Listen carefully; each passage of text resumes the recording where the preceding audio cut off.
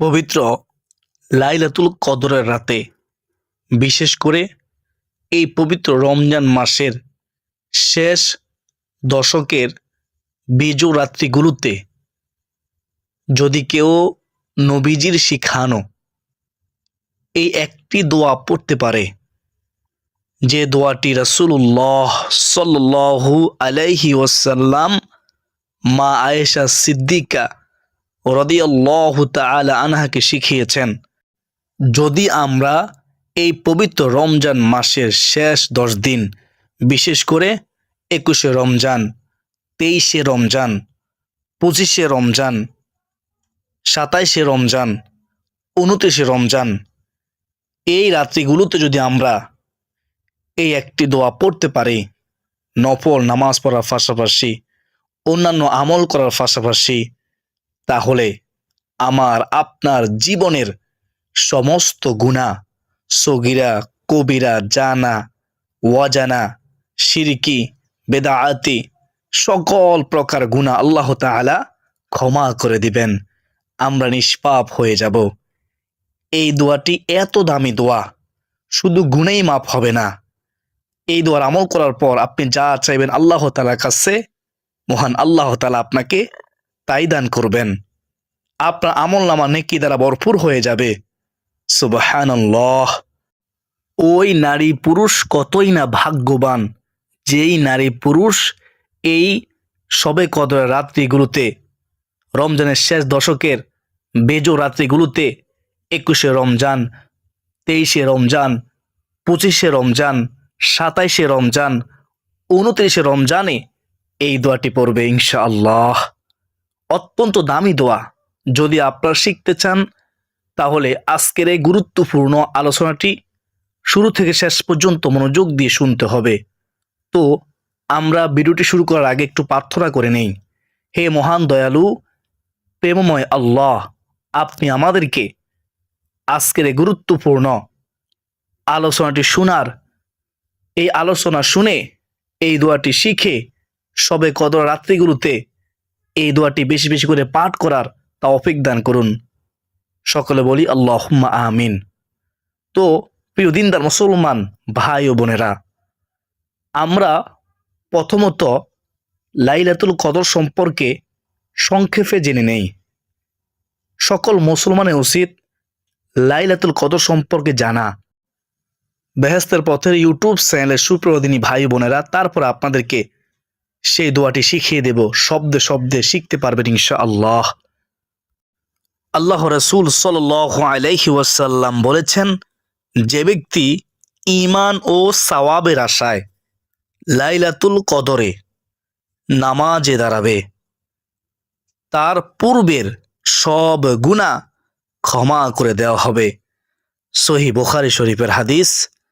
হাদিস নম্বর হচ্ছে 1901 নম্বর হাদিস। সহিহ মুসলিম শরীফের হাদিস, হাদিস নম্বর হচ্ছে 760। এই অত্র হাদিস দ্বারা আমরা বুঝতে পারলাম, লাইলাতুল কদর রাতে যদি আমরা নামাজ পড়তে পারি, তাহলে আমাদের জীবনের সমস্ত গুনাহ মাফ হবে এবং একটানা 83 বছর 4 মাস নফল নামাজ পড়লে যে সওয়াব, সেই পরিমাণ সওয়াব আল্লাহ রাব্বুল আলামিন আমাদের আমলনামায় দান করবে, তার চেয়েও বেশি। সুবহানাল্লাহ, অগণিত। প্রিয় দিনদার মুসলমান ভাই ও বোনেরা, আমরা ওই রাতের গুরুত্ব দেব ইনশাআল্লাহ। এই রাতের ইবাদতের মর্যাদা এত বেশি যে সম্মানিত ফেরেশতাগণও এই রাতে, শবে কদর রাতে, রমজানের শেষ দশকের কোনো এক বেজো রাত্রিতে, লাইলাতুল কদর রাতে আল্লাহর অনুমতিক্রমে পৃথিবীতে অবতরণ করেন। আল্লাহর হুকুমে এই জমিনে অবতরণ করেন। হাদিসে এসেছে, লাইলাতুল কদরের রাতে ফেরেশতারা এত সংখ্যায় অবতরণ করে যে তাদের সংখ্যা পাথর কুসির চেয়েও বেশি। সুবহানাল্লাহ, অগণিত অসংখ্য ফেরেশতা শবে কদরের রাতে, লাইলাতুল কদর রাতে, রমজানের শেষ দশকে কোনো এক বেজো রাত্রিতে অবতরণ করেন। সুবহানাল্লাহ। আর ওই ফেরেশতারা আমাদের জন্য দোয়া করেন আল্লাহ তাআলার কাছে, আমাদের সাথে আমিন আমিন বলেন, আমাদের জন্য মাগফিরাত করেন মহান আল্লাহ তাআলার কাছে। সারা রাত তারা বলতে থাকে সালাম সালাম, শান্তি শান্তি। সুবহানাল্লাহ।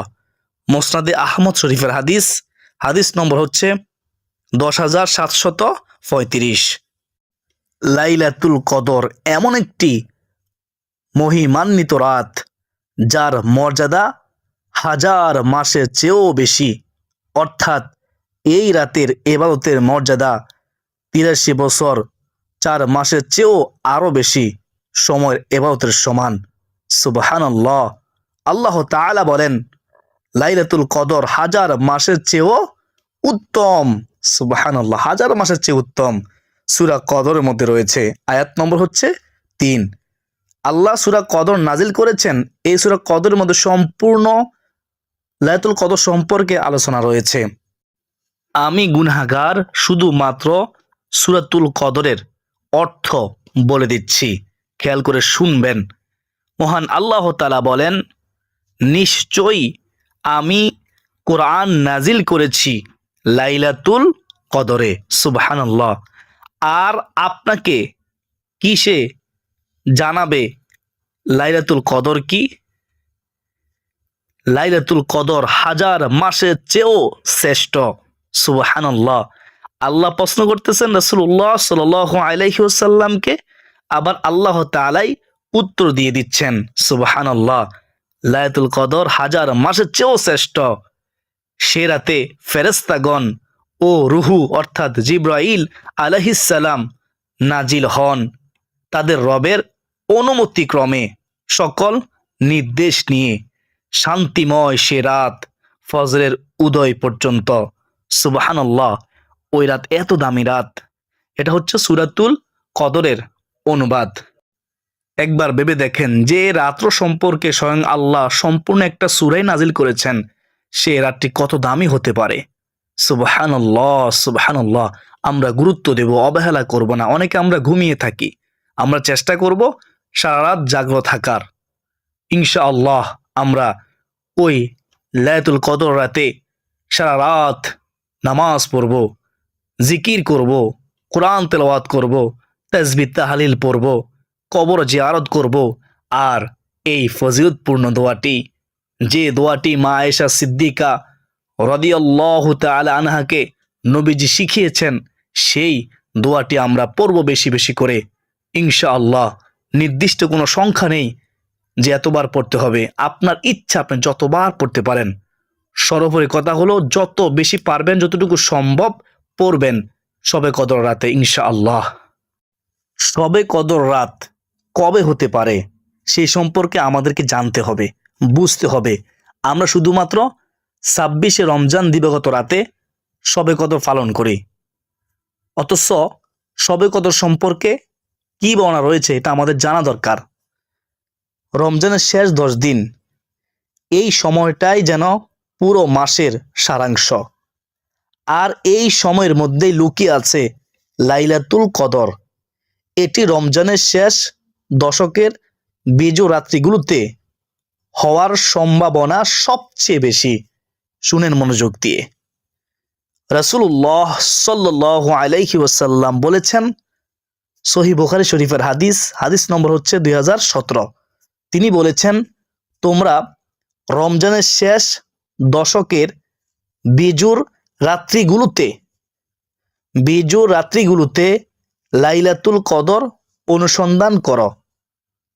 কিছু বর্ণনায় 27তম রাত হওয়ার সম্ভাবনা বেশি বলা হয়েছে। তবে আল্লাহর ইচ্ছা অনুযায়ী এই রাত প্রতি বছর একই তারিখে নাও হতে পারে। এটি 21শে রমজান, 23শে রমজান, 25শে রমজান, 27শে রমজান বা 29শে রমজানও হতে পারে। 27তম রাত সম্পর্কে হাদিসের মধ্যে আছে, উবাই ইবনে কাব রাদিয়াল্লাহু তাআলা আনহু বলেন, নবীজি সাল্লাল্লাহু আলাইহি ওয়াসাল্লাম লাইলাতুল কদরের জন্য রমজানের 27তম রাত, রমজানের 27তম রাত নির্দেশ করেছেন। সুবহানাল্লাহ। সহিহ মুসলিম শরীফের হাদিস, হাদিস নম্বর হচ্ছে 762। সাধারণ নির্দেশনা শুনেন। রাসূলুল্লাহ সাল্লাল্লাহু আলাইহি ওয়াসাল্লাম বলেছেন, আমাকে লাইলাতুল কদর দেখানো হয়েছিল, কিন্তু পরে তা আমাকে ভুলিয়ে দেওয়া হয়েছে। অতএব তোমরা রমজানের শেষ দশকের বিজু রাত্রিগুলোতে তা অনুসন্ধান করো। সহিহ বুখারী ও সহিহ মুসলিম শরীফের হাদিস। কেন রাতটি নির্দিষ্ট করা হয়নি এটা তো বুঝতে হবে। কেন এই রাতটি নির্দিষ্ট করা হয়নি? এই রাতটি সুনির্দিষ্ট না করার পেছনে উম্মতের জন্য বিশেষ কল্যাণ নিহিত আছে। যদি নির্দিষ্ট একটি রাত নির্ধারিত থাকতো, তাহলে অনেক মানুষ হয়তো কেবল সেই রাতটিতেই ইবাদত করত। কিন্তু এখন শেষ দশকের একাধিক রাতে মানুষ ইবাদতে মনোযোগী হয়, ফলে তাদের আমল নামায় আরও বেশি সওয়াব যুক্ত হয়। এভাবেই আল্লাহ তাআলা তার বান্দাদের জন্য কল্যাণের দরজা আরও প্রশস্ত করে দিয়েছেন, এটা বুঝতে হবে। সর্বোপরি কথা হলো, রমজানের শেষ দশকে বেজ রাত্রিগুলোতে আমরা লাইলাতুল কদর তালাশ করব। এই দোয়াটি পড়ব ইনশাআল্লাহ। বেহেশতের পথের ইউটিউব চ্যানেলের সুপ্রিয় দিনী ভাই ও বোনেরা, এখন আমরা প্রথমত হাদিসটি শুনে নেই, যে হাদিসের মধ্যে এই দোয়াটি রয়েছে। তারপর আমরা দোয়াটি শব্দে শব্দে শিখব ইনশাআল্লাহ। তারপরে সর্বশেষ আমরা দুরুদ পড়ে, ইসমে আজম পড়ে সংক্ষিপ্তভাবে দোয়া করব ইনশাআল্লাহ, সকলের জন্য। তো হাদিসটি শুনেন। মা আয়েশা সিদ্দিকা রাদিয়াল্লাহু তাআলা আনহা রাসূলুল্লাহ সাল্লাল্লাহু আলাইহি ওয়াসাল্লামকে জিজ্ঞেস করেন। কি জিজ্ঞেস করেন? হে আল্লাহ রাসূল, ইয়া রাসূলুল্লাহ, ইয়া হাবিবাল্লাহ, নবী গো, আমি যদি জানতে পারি লাইলাতুল কদর কোনটি, তাহলে আমি সেই রাতে কি বলবো? রহমাতুল লিল আলামিন নবীজি রাসূলুল্লাহ সাল্লাল্লাহু আলাইহি ওয়াসাল্লাম তিনি বলেন, তুমি বলো, আল্লাহুম্মা, হে আল্লাহ, ইন্নাকা আফুউন, নিশ্চয় আপনি ক্ষমাশীল, তুহিব্বুল আফওয়া, আপনি ক্ষমা করতে ভালোবাসেন, ক্ষমা করতে পছন্দ করেন। ফাফু আন্নি, অতএব আমাকে ক্ষমা করে দিন। সুবহানাল্লাহ। এই দোয়াটি শিখিয়ে দিয়েছেন কাকে? মা আয়েশা সিদ্দিকা রাদিয়াল্লাহু তাআলা আনহাকে। আর এই হাদিসের মাধ্যমে আমরা শিখতে পারছি, এই দোয়াটি শবে কদর রাতে পড়া হচ্ছে আমার নবীজির আদর্শ সুন্নাহ। তো দলিল হচ্ছে সুনানে তিরমিজি, হাদিস নম্বর হচ্ছে 3513 নম্বর হাদিস। দোয়াটি আমরা কয়েকবার শুনি অর্থ সহকারে। আল্লাহুম্মা ইন্নাকা আফুউন তুহিব্বুল আফওয়া ফা'ফু আন্নি। পারবেন? পড়েন আমার সাথে। আল্লাহুম্মা ইন্নাকা আফুউন তুহিব্বুল আফওয়া ফা'ফু আন্নি। আরেকবার, তারপর অর্থ বলে দেব। আল্লাহুম্মা ইন্নাকা আফুউন তুহিব্বুল আফওয়া ফা'ফু আন্নি। অর্থ হলো, হে আল্লাহ, নিশ্চয় আপনি ক্ষমাশীল, আপনি ক্ষমা করতে ভালোবাসেন, আপনি ক্ষমা করতে পছন্দ করেন, অতএব আমাকে ক্ষমা করুন। সুবহানাল্লাহ। আল্লাহুম্মা আমিন। সবাই বলি আল্লাহুম্মা আমিন। এই দোয়াটি আমরা নিজেও শিখব এবং পরিবারের সবাইকে আমরা এই দোয়াটি শিখাবো ইনশাআল্লাহ। একে অপরকে শিখাবো। সবাই মিলে আমরা রমজানের শেষ দশকে শবে কদর রাত্রিতে, বিশেষ করে রমজানের শেষ দশকের বেজর রাত্রিগুলোতে নামাজ ও অন্যান্য আমল করার পাশাপাশি এই দোয়াটি পড়তে আমরা ভুলব না ইনশাআল্লাহ। অবশ্যই পড়ব। কেন পড়ব? আমার নবীজি পড়তে বলেছেন। তো আশা করি সকলে বুঝতে পেরেছেন। এখন আপনারা আমার সাথে দুরূদ শরীফ পড়েন, তারপর একটি ইসমে আজম পড়েন, তারপরে দোয়ার মধ্যে অংশগ্রহণ করেন। আল্লাহুম্মা সাল্লি আলা মুহাম্মাদিন ওয়া আলা আলি মুহাম্মাদ কামা সাল্লাইতা আলা ইব্রাহিম ওয়া আলা আলি ইব্রাহিম ইন্নাকা হামিদুম মাজিদ। আল্লাহুম্মা বারিক আলা মুহাম্মাদিন ওয়া আলা আলি মুহাম্মাদ কামা বারাকতা আলা ইব্রাহিম ওয়া আলা আলি ইব্রাহিম ইন্নাকা হামিদুম মাজিদ। এবার আমরা একটি ইসমে আজম পড়ব 3 বার। ইয়া যাল জালালি ওয়াল ইকরাম, ইয়া যাল জালালি ওয়াল ইকরাম, ইয়া যাল জালালি ওয়াল ইকরাম। এখন দোয়া করব। আল্লাহুম্মা আমিন। ইয়া রাব্বাল আলামিন, আলহামদুলিল্লাহি রাব্বিল আলামিন। ওগো মালিক, আমরা দুরূদ শরীফ পড়েছি, ইসমে আজম পড়েছি, যে ইসমে আজম সম্পর্কে তোমার বন্ধু বলেছে দোয়া করতে দেরি তুমি কবুল করতে দেরি করো না। আল্লাহ, তুমি আমাদের দোয়া কবুল করো, আমাদের বিপদ আফত দূর করো, আমরা যারা অভাবী অভাব দূর করো, আমরা যারা ঋণগ্রস্ত ঋণ পরিশোধ করার তৌফিক দাও, আমরা যারা অসুস্থ আল্লাহ দুরূদের খাতিরে, রমজানের খাতিরে, ইসমে আজমের খাতিরে, সবে কদরের উসিলায় ওগো মালিক আমাদের সবাইকে পরিপূর্ণ সুস্থতা দান করো। ইয়া যাল জালালি ওয়াল ইকরাম, ওগো মালিক ইসমে আজমের উসিলায় আমাদের সকলে মনে আশা পূর্ণ করো। আল্লাহ, আমাদের জীবনের সমস্ত গুনাহ মাফ করে দাও। আল্লাহুম্মা আমিন ইয়া আরহামার রাহিমিন ইয়া আহকামুল হাকিমিন। আল্লাহ, মৃত্যু তো হবে, মৃত্যুর সময় তোমার বন্ধুর চেহারা মুবারক আনোয়ার দেখাইয়া দেখাইয়া আমাদের জবানে জারি করে দিও মধুর কালিমা লা ইলাহা ইল্লাল্লাহু মুহাম্মাদুর রাসূলুল্লাহ সাল্লাল্লাহু আলাইহি ওয়াসাল্লাম। বেহেশতের পথের সুপ্রিয় দিনী ভাই বোনেরা, এতক্ষণ পর্যন্ত যারা কষ্ট করে আমার সাথে ছিলেন সবাইকে অসংখ্য ধন্যবাদ। তো অনুরোধ করব, যেহেতু আজকের ভিডিওটি অনেক গুরুত্বপূর্ণ ছিল তাই শেয়ার করে দিবেন ইনশাআল্লাহ।